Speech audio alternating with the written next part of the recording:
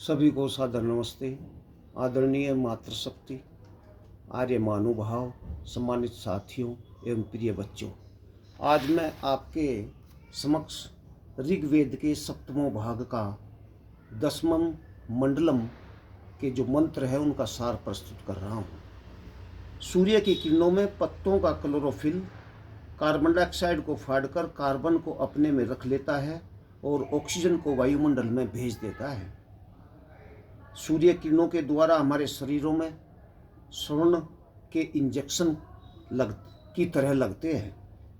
सूर्य के संदर्शन में अथवा जीवन यथासंभव खुले में बिताना ही ठीक है। जितना सूर्य किरणों के संपर्क में होंगे उतना ही अच्छा है।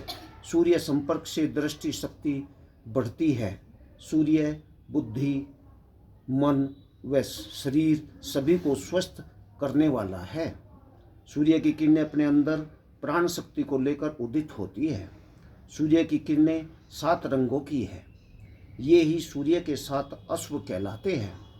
इन किरणों से ही सूर्य रोगों का संहार करता है। सूर्य की 7 रंगों की किरणें भिन्न भिन्न प्राणदायी तत्वों मतलब विटामिन्स की स्थापना करती है। उषा की ज्योति वायुमंडल में ओजोन गैस की उत्पत्ति का कारण होती है। उषा काल में भ्रमण का इसलिए महत्व है। इस उषा के समय को ब्रह्म मुहूर्त कहते हैं। सूर्य किरण शरीर में आने वाले सब रोग कर्मियों का संहार करके शरीर को निरोग बनाती है। यह शरीर में स्वर्ण सा इंजेक्शन देती है। विटामिन डी की उत्पत्ति करके शरीर में कैल्शियम की ठीक खपत करने वाली होती है। पत्नी ही घर है, घर पत्नी से पत्नी ने बनाना है। उस घर में पति उत्तम निवास वाला होता है, घर पत्नी का होता है। भोजन की प्रार्थना के स्थान में क्रिया युक्त बुद्धि की प्रार्थना उत्तम है जो प्रभु से करे। छाया पुरुष का साथ नहीं छोड़ती, प्राण आत्मा का साथ नहीं छोड़ते। स्वस्थ शरीर में स्वस्थ मन वाला पुरुष आदर्श पुरुष होता है। ज्ञान अग्नि कर्मों को पवित्र करती है। मस्तिष्क रूप द्युलोक में तो ज्ञान अग्नि के रूप में शरीर में, जठराग्नि के रूप में तथा हृदय में लोकानुग्रहात्मक अग्नि के रूप में विद्यमान है। वसुधैव कुटुंबकम सारी वसुधा इसका परिवार बन जाती है।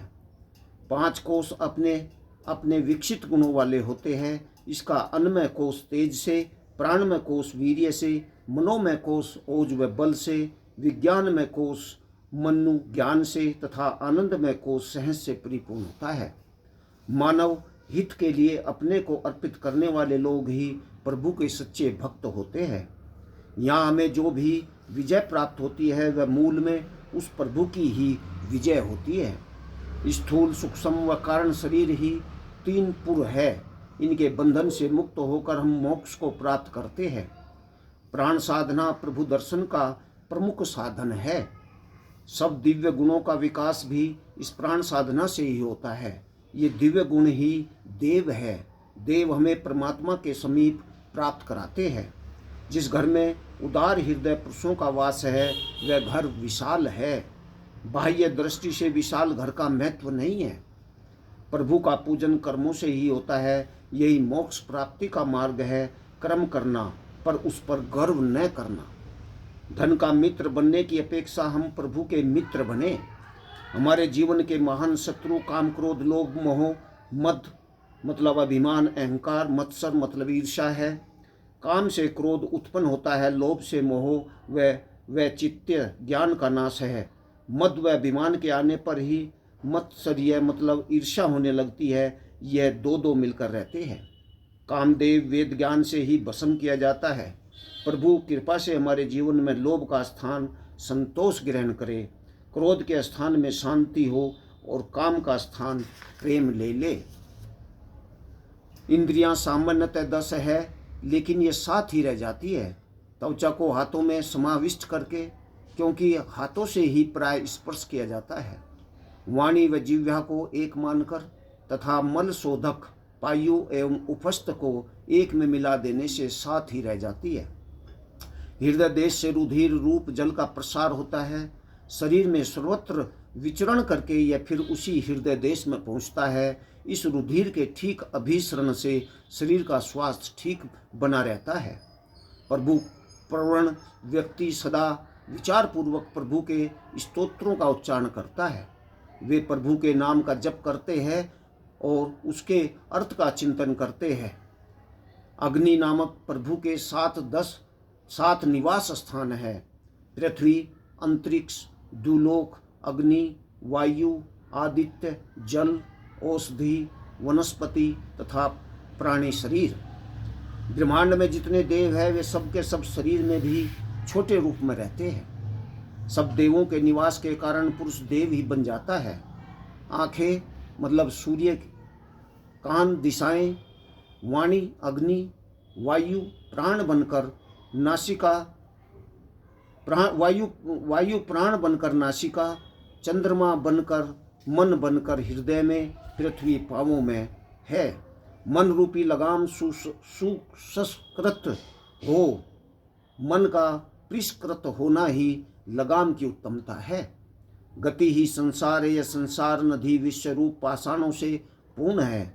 दृढ़ निश्चय करके यदि हम इसे तैरें तो फिर कल्याण ही कल्याण है। दृढ़ संकल्प युक्त होना ही मन का लोहे से बना हुआ होना है। ऐसा व्यक्ति ही लोह पुरुष कहलाता है। यह दृढ़ संकल्प वाला मन सब वासना रूप शत्रुओं को नष्ट करने वाला बनता है। कर्म करते हुए कर्म के अभिमान से ऊपर उठे तभी हम देव बनेंगे। संकुचित हृदय में ही वासनाएं पनपा करती है, विशाल हृदय में वासनाएं नहीं रह पाती। काम क्रोध लोभ के नाश से शरीर, हृदय व मस्तिष्क की ज्योतियों का उदय होता है। जो व्यक्ति कर्म प्रधान जीवन वाले हैं वे पितर कहलाते हैं। ज्ञान प्रधान जीवन वाले व्यक्ति देव है। यज्ञ से मनुष्य में वासनाएं प्रबल नहीं होती। हम इस बात को भूले नहीं कि छोटे से छोटा कर्म भी प्रभु प्रदत्त शक्ति से हो रहा है। उसकी शक्ति के बिना मनुष्य के लिए कुछ भी कर सकने का संभव नहीं है। भूत व भविष्य से मन हटाकर लोग वर्तमान में ही केंद्रित करें, सफल जीवन का यही मार्ग है। घृत मतलब घी का प्रयोग दीर्घ युष्क का साधक है। घृत आयु मतलब घृत को आयु ही कहा गया है। ठीक मात्रा में प्रयुक्त घृत मलों के क्षरण व जठराग्नि की दीप्ति का कारण बनता है। घृत की कमी से जठराग्नि की मंदता व यकृत विकार का कारण हो जाता है। सो घृत का मात्रा में प्रयोग दीर्घ जीवनीय है। स्वयं मिट्टी भी अद्भुत औषध है। यह सब विषयों का चूषण कर लेती है, शरीर को निरोग बनाने में चमत्कार करती है। सोते समय प्रभु का स्मरण करते हुए सोने के कारण सारी रात्रि इसका प्रभु से संपर्क बने रहता है। सभ्यों का मुख्य गुण है कि वे दबाव में या कुसामंद के कारण कभी गलत काम को न कहे, वो जो ठीक समझते हैं उसे ही करे। यज्ञ से ही प्रभु का पूजन होता है। यज्ञेन यज्ञमय जनतः देवाः, यज्ञ ही श्रेष्ठतम कर्म है, लोकहित का कर्म है। माता चरित्र बल को, पिता आचार शिष्टाचार शक्ति को, आचार्य ज्ञान के बल को, अतिथि धर्म के मार्ग पर चलने की शक्ति को देने वाले होते हैं। वेद का ज्ञान मनुष्य के जीवन को द्वेष आदि से ऊपर उठाकर मधुर बनाता है। वेद में माधुर्य पर अत्यधिक बल दिया गया है।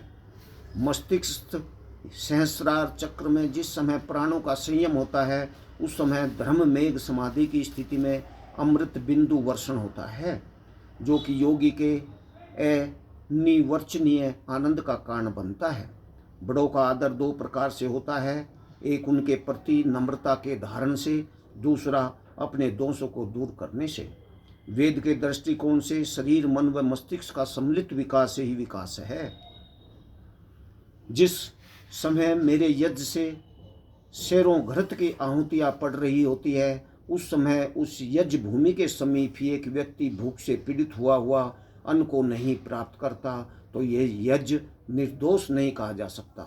यज्ञ के अंदर देव पूजा मतलब बड़ों का आदर, संगतिकरण, मिलकर के चलना, परस्पर प्रेम से वर्तना तथा दान देने की वृत्ति वाला होना, ये 3 भाग निहित है।